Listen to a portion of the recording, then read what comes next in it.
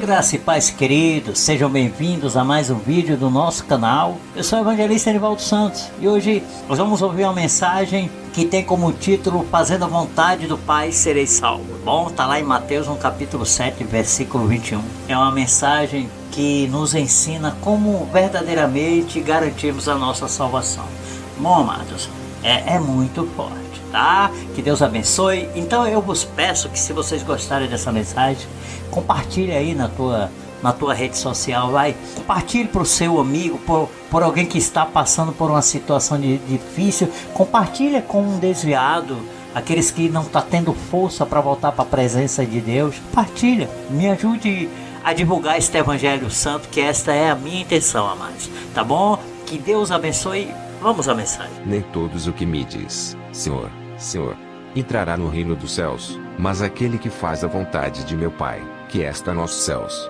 Mateus capítulo 7, versículo 21. Para alcançar a sua salvação, o homem terá que ter alguns requisitos e terá que seguir algumas regras no decorrer da sua caminhada rumo às mansões celestiais. Claro que a Bíblia nos diz que somos salvos pela graça, e isto está bem claro em Efésios no capítulo 2, versículo 8 e 10, que diz assim: porque pela graça sois salvos por meio da fé, isso não vem de vós, é dom de Deus, porque somos feitura sua, criados em Cristo Jesus para as boas obras, as quais Deus preparou para que andássemos nelas. Efésios 2, 8 e 10. Porém, querido, o dom da graça de Deus não anula as responsabilidades que Deus requer dos cristãos. Aqui em Efésios 2, 8 e 10 nós vemos bem claro: porque somos feitura sua, criados em Cristo Jesus para as boas obras. Então nós temos responsabilidade. E que responsabilidade é essa? Fazer a vontade de Deus, como diz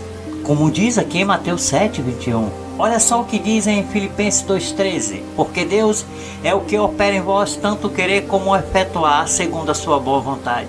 Segundo o que? A sua boa vontade. Nós estamos vendo aqui no início dessa mensagem que a vontade de Deus é que tem que prevalecer. Então podemos entender que, apesar de sermos salvos por meio da nossa fé e de ser um dom de Deus, quer dizer, a salvação é acima de tudo um dom, um presente para aqueles que se rendem à sua graça. Porém, para recebermos um maravilhoso presente, temos que ter uma relação firmada com Deus. Vejamos, vamos raciocinar aqui. Nenhum desconhecido me dará um presente. Por quê? Porque não há uma relação entre eu e o tal desconhecido. Antes de ganharmos este maravilhoso dom presente, é necessário, é de suma importância, criarmos uma relação com Deus. E o primeiro passo para criar esta relação é reconhecer Jesus Cristo como o Filho unigênito de Deus e aceitá-lo como o único e suficiente Salvador. Esse é o primeiro passo. Eu disse no início da mensagem que teremos que ter alguns requisitos para estar apto à salvação. Tá bom, vamos a eles. Primeiro, aceitar Cristo como Salvador da sua vida. É mais do que certo que Jesus é o único caminho que nos leva até Deus. Está lá em João 14,6. Disse-lhe Jesus, o próprio Jesus disse: eu sou o caminho, a verdade e a vida, e ninguém vai ao Pai a não ser por mim. Somente através de Jesus chegaremos a Deus. Ele é o sumo sacerdote, conforme vemos em Hebreus.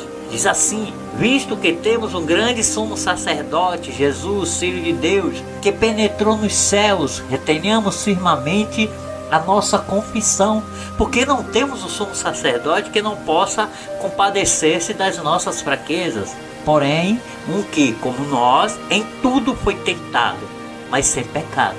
Hebreus 4, 14, 15. Todos sabemos que a função do sacerdote é levar as petições do homem até Deus. Essa era a função do passado, e hoje nós temos um sumo sacerdote. Então o primeiro passo para a nossa salvação é, sem sombra de dúvida, aceitar Cristo como único e suficiente Salvador. Não adianta.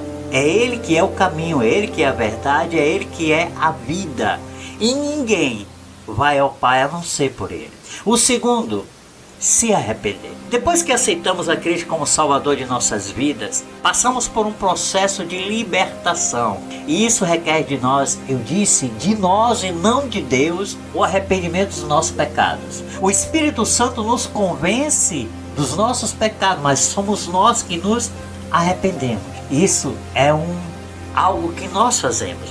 Um arrependimento, queridos, é uma mudança de coração e mente. A mudança de coração e mente que nos aproxima de Deus. O arrependimento inclui afastar-se do pecado e voltar-se para Deus para obter o perdão. Então tem que haver um arrependimento sincero da nossa parte para assim recebermos o perdão da parte de Deus. Terceiro, nascer da água e do Espírito. Jesus foi bem claro.